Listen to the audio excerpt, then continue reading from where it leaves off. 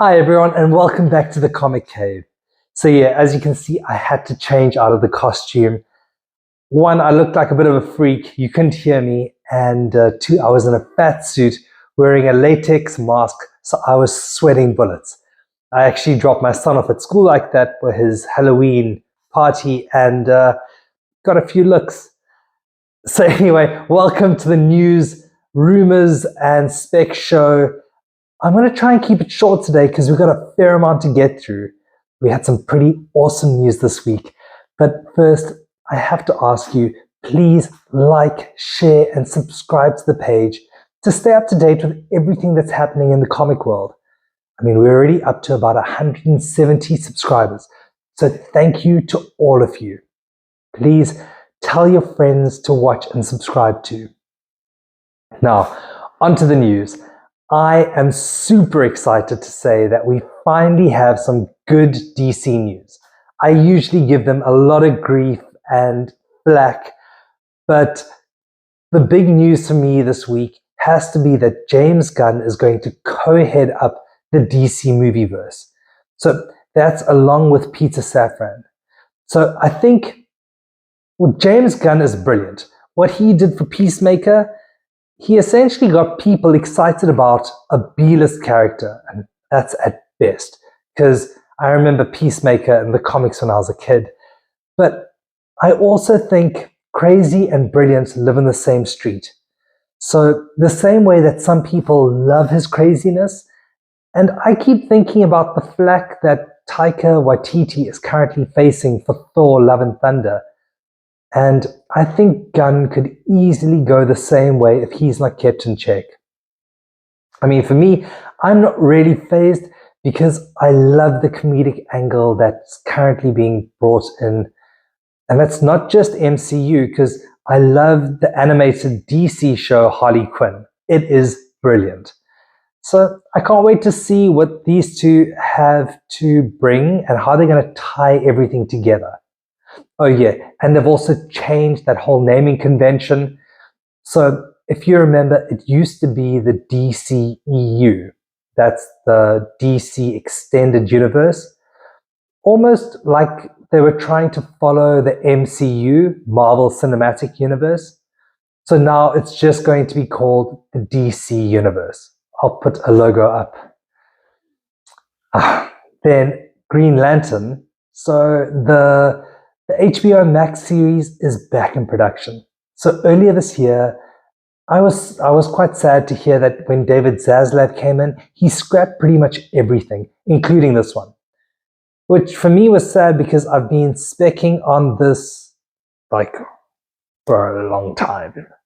And I was hoping it was going to blow up. But hopefully now it's going to get its 5 minutes of fame and it's brilliant IP, but someone needs to do it justice and do it properly.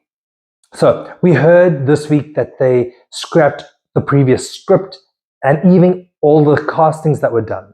Now they're going to focus on Jon Stewart. And for me, the market is primed for a strong black lead character in the DC universe. And someone whose origin dates back to the 70s, not just a race-bent character to fit the current narrative. His first appearance was in Green Lantern 87, and that came out in January of 1972.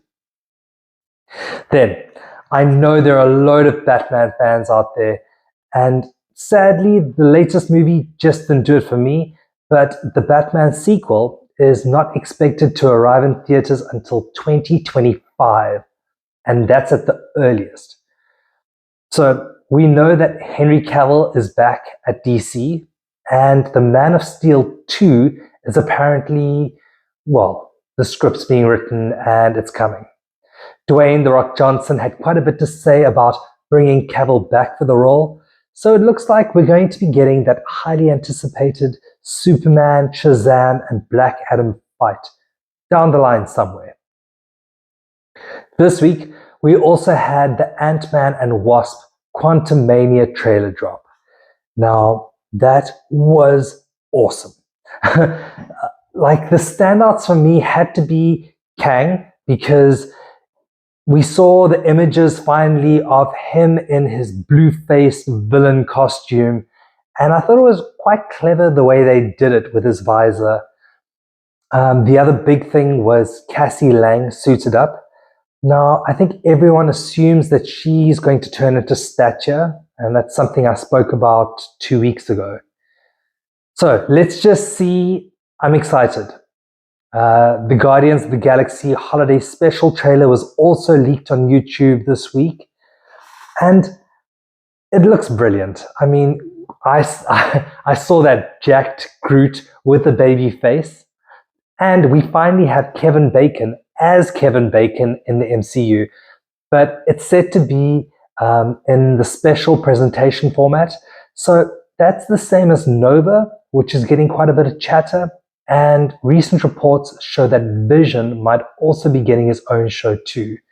I think they reserve the name Vision Quest. Now, this one is an unconfirmed rumor because we've heard so many things lately about the character that Emilia Clarke is going to play in an upcoming MCU project. So first, she was said to be Varanki, that's the Queen of the Skrulls, and then possibly the Skrull Gia. But the latest for the Mother of Dragons is that she'll possibly play Abigail Brand. Now, not many people know who Abigail Brand is, so I thought it might be good to give you a quick rundown of the character, who she is, where she's from, just a little bit. So Abigail Brand is the commander of SWORD. Now, if you know SWORD, that's the subdivision of S.H.I.E.L.D. And she was born on a planet called Axis. Her father's an alien and her mother's human. In the comics, she has green hair and green eyes and a differently shaped tongue so she can pronounce the alien language. She also has a tattoo on each arm. The one says Grace and the other one says Anna. Her first appearance is in Astonishing X-Men issue 3, and the first full appearance of her would be in issue 6. Those comics came out in 2004. Okay, now back to the news, and for all the Doctor Who fans, the 15th Doctor is said to be in Nkuti Gatwa, who's the actor from Rwanda. The 13th Doctor is Jodie Whittaker, and of course the 14th Doctor is going to be David Tennant again. So he would have been the 10th and the 14th Doctor. I recently started watching the new series Tales of a Jedi, just because I heard it was so good, and it hasn't disappointed yet. Bryce Dallas Howard, so she voices the new fan favorite character, so Jedi Yaddle. There's also apparently a new Star Wars movie in the making, and that's from the director of Ms. Marvel, Sharmeen Obaid-Chinoy, and Damon Lindelof. You might remember he was the producer of Lost and the new reboot of Watchmen. I guess it's been a while since we got a Star Wars movie. I think the last one was Rise of Skywalker in 2019.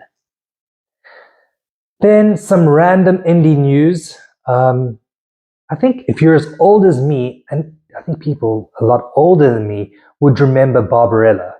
Well, Sydney Sweeney, who's also going to be playing in Madam Web, she spoke out this week about her rather risque outfit that she wears in the new reboot. For me, she's no Jane Fonda, but I'm interested to see what they do and if the current market takes it up. Then, Jake Gyllenhaal is set to play Prophet. Now, there's a new movie in the works, and I think the movie will probably center around his daughter. But I remember that crazy, monstrously overbuilt character, super muscular, with like a 10-pack and a nipple ring. I don't know if this is going to translate to the screen like really well, but I think it might be received by audiences like Bloodshot was. It's going to be made for the mainstream media, for people to buy into them, and upset a whole load of old school fanboys. Okay, anyway, that's it from me, guys. Thanks again for joining me in the Comic Cave, and for watching, and please let me know what you guys thought of the episode, what you think of the new format. I really like to know what you guys think. And as always, catch you on the side of the flipping. Okay, bye.